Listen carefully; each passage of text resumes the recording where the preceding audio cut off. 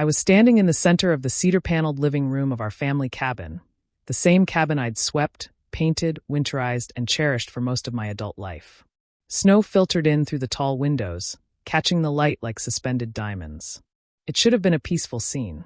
Instead, my stepsister, Lila, stood in front of me with a smirk that could slice a tree trunk. She held a folded sheet of paper between two manicured fingers, sharp French tips, the color of expensive wine. She waved it like it was a royal decree. "Don't worry, Margaret. You won't be expected to pay your half." Obviously, you can't. There were people in the room, our spouses, her adult sons, even the realtor she'd invited without telling me. They all pretended to be absorbed in their phones, as if embarrassment radiated like heat and they were smart enough to stay out of the blast zone. I swallowed, feeling the familiar tightening in my chest. That old, quiet ache. She always underestimated me. She always had. But this time, she wasn't just mocking my clothes or my lifestyle.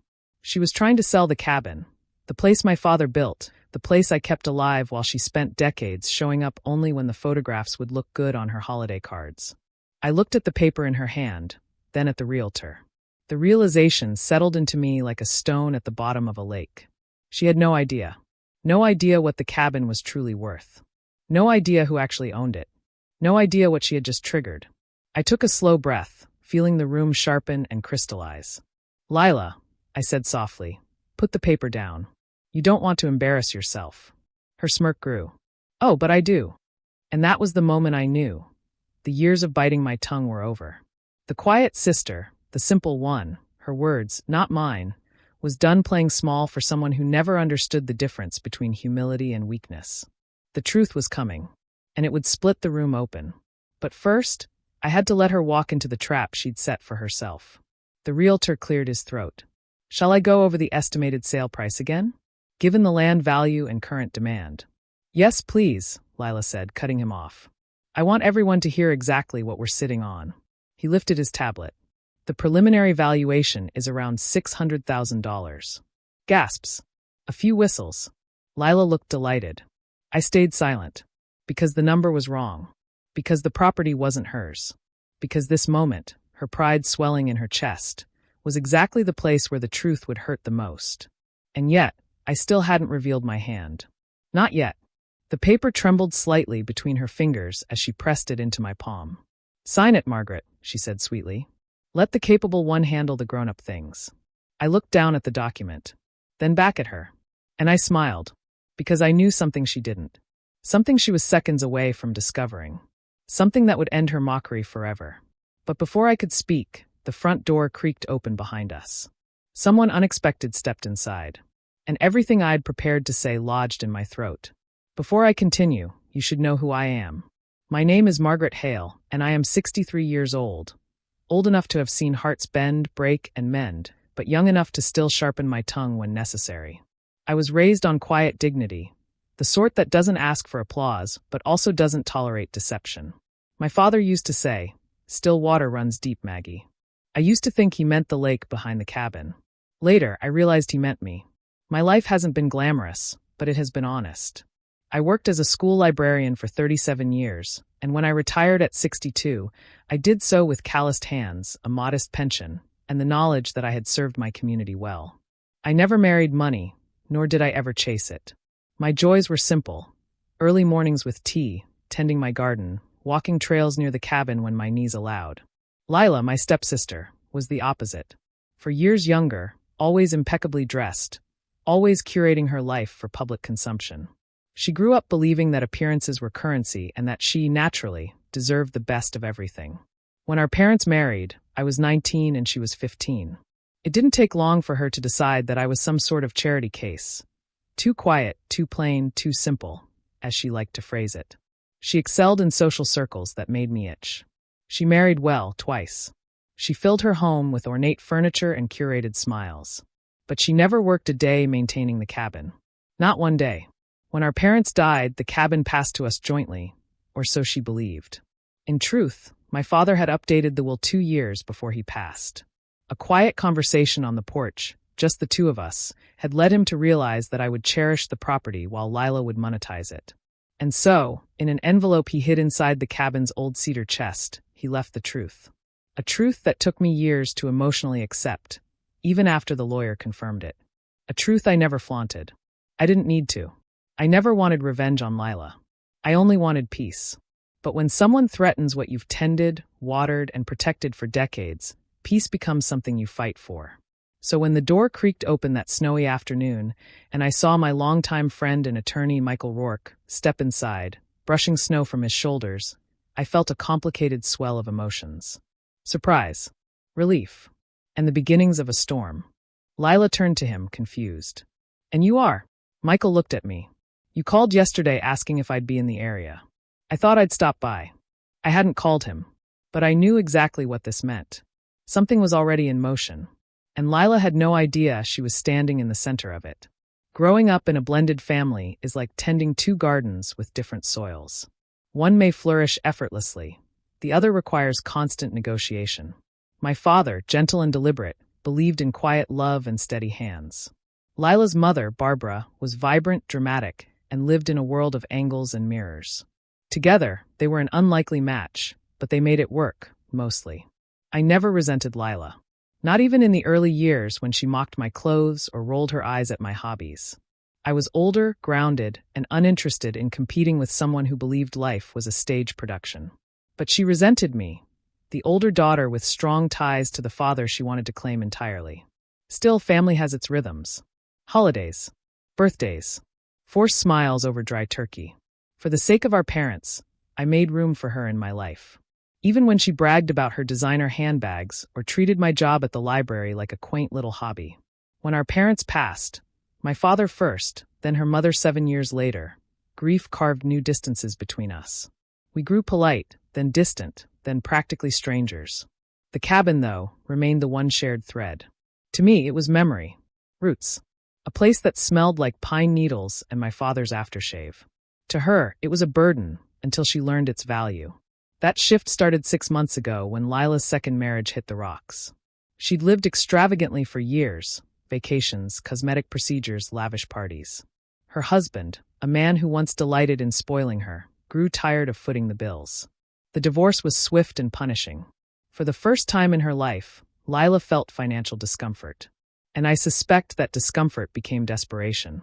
When she called me 2 weeks ago asking if we could talk about the cabin, I knew something was coming. But I never expected she'd bring a realtor to the property without speaking to me first. What stung most wasn't the attempt to sell the cabin. It was the ease with which she assumed I would simply bend to her will, the way she had always expected me to.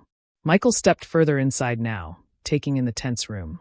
His eyes lingered on the realtor, then on the document still in my hand. "Is there a sale happening today?" he asked gently. Lila let out a small, dismissive laugh. "There will be. Once Margaret accepts reality and signs her portion away. I mean, she lives so simply. I doubt she can afford upkeep." Her words hung in the air. Something in me hardened. Not anger. Not sorrow. Resolve. Michael's eyebrow lifted by a millimeter, his version of "oh dear." The room fell quiet, and I knew the moment to protect what mattered was approaching. But I also knew I couldn't reveal everything yet. Not until she fully revealed her own intentions. Then, as if fate enjoyed theatrical timing, Lila's phone pinged. She glanced at it. Her face paled, and she whispered, "Oh no." Her reaction wasn't the dramatic gasp I expected. It was smaller, tighter, almost frightened. She turned the phone slightly away from the room, but I still caught a glimpse of the screen. An email notification, something about payment delinquency. The realtor stepped forward, oblivious. "Shall we sign the preliminary intent to sell, or—" "Not now," she snapped, then plastered on a brittle smile. "Just a small financial hiccup. Nothing major." But I knew better. When someone like Lila panics, it's rarely over something small. She tucked the phone away and turned back to me. "Margaret, please sign." "I need—" She stopped, recalibrated her tone to something falsely sweet. "It would be best for both of us." I looked down at the document again. It wasn't just a sale authorization. It was a transfer granting her full control of proceeds, with only her signature needed after mine. No wonder she was eager. "This isn't shared," I murmured. "You'd receive all funds." Her chin lifted. "Only initially. Then I would redistribute." "Lies. Thin as winter ice." I stepped back, my hand tightening around the paper. "You planned to sell the cabin without giving me a cent. Her mouth opened and closed like a fish gasping in shallow water. That's ridiculous. I would never. Lila, I said quietly, don't insult both of us. Michael cleared his throat. The document is legally structured to exclude Margaret from the transaction. And based on the date, you prepared it weeks ago. Color surged into Lila's cheeks, anger, not shame. You don't understand, she hissed. I need this sale. There it was. The truth cracking open. How badly? I asked. She didn't answer. But her son, Daniel, the younger one, the one who'd always had more conscience than bravado, shifted uncomfortably. I saw something in his eyes. Something he'd been holding back. I looked at him gently. Daniel? He hesitated. Then exhaled. Mom, you didn't tell her. Daniel, she snapped. He looked from her to me. There's debt, Margaret. A lot of it. Mom thought she could handle it, but it's bad. The cabin, she thinks it's her only way out. The room stilled. I felt the sting of betrayal, not because she needed money, but because she hadn't asked. She'd schemed, manipulated, mocked me to smooth over her panic. Not once did she think I might help willingly, if she'd simply spoken to me like family. Lila's eyes glistened with fury, not gratitude. You had no right to say that, she whispered to her son. But the damage was done. Her desperation was laid bare. And the betrayal wasn't just financial. It was personal. She'd rather deceive me than admit she needed help. I folded the document slowly, pressing the crease with deliberate care. Lila, I said softly, what else have you kept from me? Her lips trembled. And then she said the words that made my heart drop. I already filed paperwork claiming sole inheritance rights. The room went silent. She had tried to steal the cabin. Legally. Permanently. And she thought I didn't know. But I knew. Oh, I knew. And now, the time for quiet endurance was over. Michael stepped forward, adjusting his glasses, the universal sign that he was preparing to step into his professional skin. Margaret, he said calmly, may I? I handed him the folded document. He opened it, scanning quickly, then let out a quiet whistle. This isn't just dishonest, it's actionable. And reckless. Lila crossed her arms. Stop pretending this is some crime. I'm entitled to half. I looked at her gently. Half of something you haven't taken care of in over 30 years. That's irrelevant, she snapped. But it wasn't. Michael reached into his leather briefcase and pulled out a thick envelope. The kind that feels heavy even before you know what's inside. My heartbeat quickened.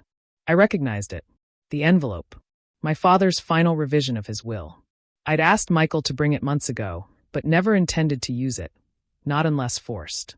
I had hoped some part of Lila still valued family more than money. Michael held it carefully. This is the legal ownership documentation, he said. Filed, notarized, registered, and uncontested for over a decade. Lila's eyes narrowed. My mother never saw that. She saw the earlier version, Michael replied. Not the updated one. Your stepfather made this change privately. He had every legal right. Lila let out a sharp, humorless laugh. So you're saying he left everything to her? I shook my head. Not everything. Her eyes flickered with hope. Just enough to hurt again. He left the cabin to me alone, I said softly. Because he knew what it meant to me. And he wanted it protected. Lila froze. The realtor glanced down awkwardly, wishing himself anywhere else. Daniel put a hand to his forehead. Michael continued, his voice gentle but firm. Your inheritance from your mother remained untouched. But the cabin, legally, belongs to Margaret. No, Lila whispered. That can't be right. I filed a claim. And it was denied, Michael said. My office received the rejection notice this morning. Her face drained of color. I'm sorry you found out this way, he added, not unkindly. But the claim was based on incorrect information. I took a slow breath. Lila, why didn't you talk to me before doing all of this? You know I would have listened. Her eyes shimmered, not with remorse but humiliation. I thought you'd say no. You always acted like the cabin was yours anyway. I acted like someone who cared for it, I said softly. If you needed help, you could have come to me. But you chose deceit. She turned away, shoulders shaking, not from tears but from rage. Pure, blistering rage. Daniel stepped closer to her. Mom, maybe we should sit down. No, she said through clenched teeth. I'm not finished. And that was when she stormed toward the cedar chest. The chest. The one place in the cabin where my father stored everything. Old receipts, letters, tools, and the documents he considered most important. She knelt, threw the lid open, and began digging inside, scattering papers across the floor. "What are you looking for?" I asked quietly. She didn't answer. But I already knew. She was searching for proof of ownership, something she thought she could twist or weaponize. Then she froze, because her hand had landed on a small wooden box. My father's box. The one she wasn't supposed to know existed. The one containing the final piece of evidence. She lifted it slowly, her hands trembling. "Lila," I said gently, "don't open that." She opened it, and gasped. Then she looked at me with a mixture of shock, confusion, and dawning realization. Because inside was the truth she never expected. And it was far worse for her than a lost inheritance. The small wooden box was made of hand-carved walnut, its edges smoothed by decades of handling. My father used to keep it under his bed, the place he put only the documents he wanted to keep close. When he grew older, he moved it to the cabin, his sanctuary. Inside the box were 3 things. A photo of me and my father, taken on the cabin porch the summer before he passed. A key, one Lila had never seen before.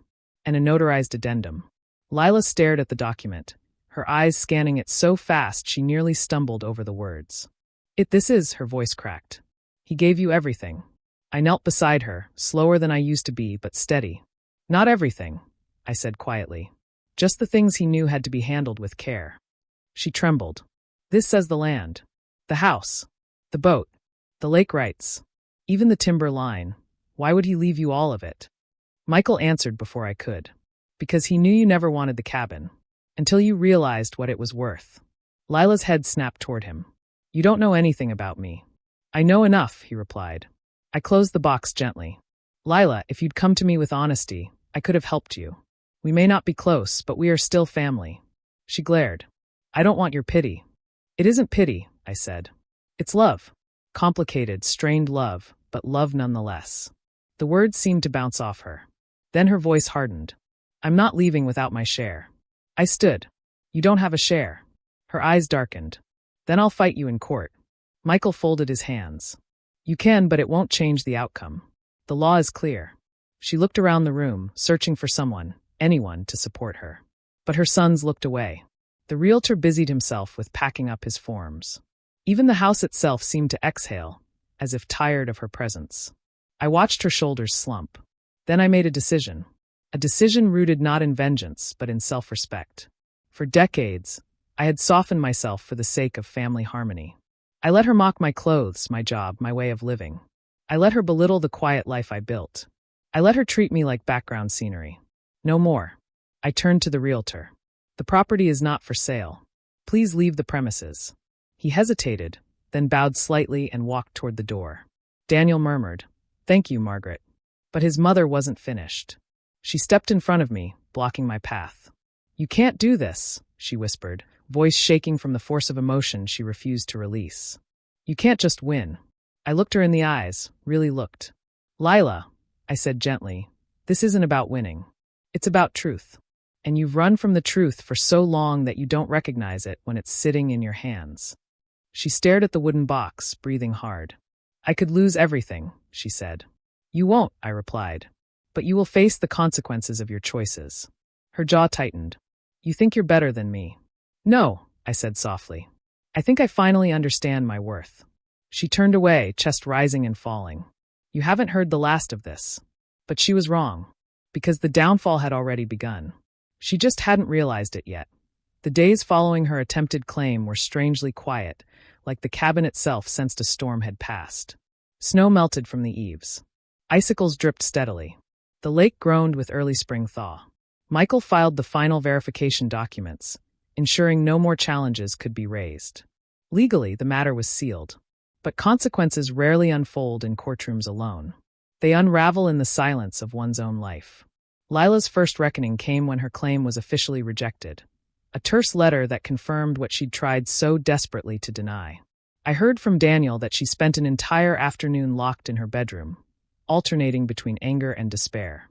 Her second reckoning came when the debts she'd been hiding finally caught up with her. The bank froze several of her accounts. Her credit card company initiated collections.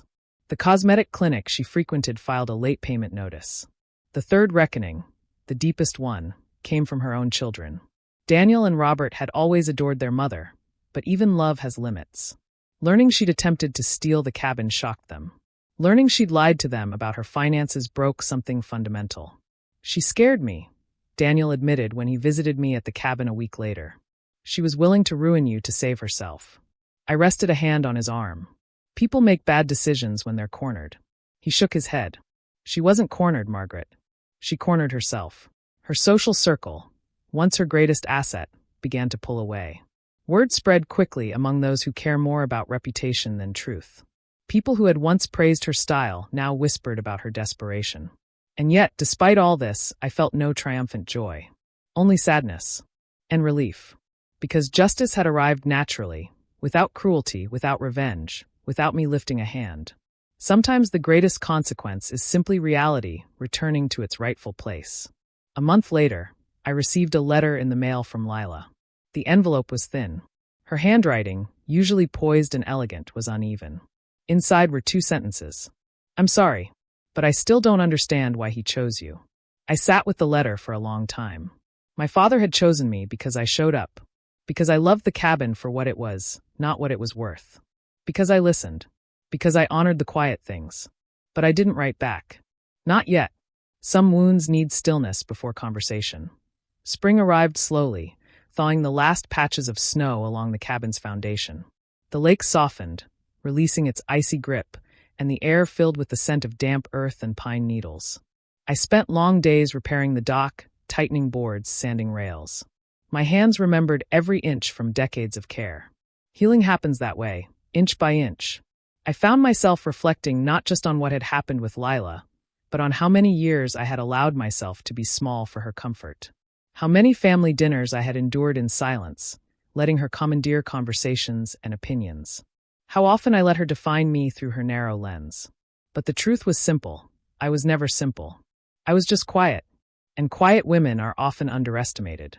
Michael visited one Saturday afternoon, bringing coffee and a folder of finalized documents. We sat on the porch, listening to geese echo over the lake. You handled this with more grace than most, he said. I smiled. Age teaches you which battles require fire and which require patience.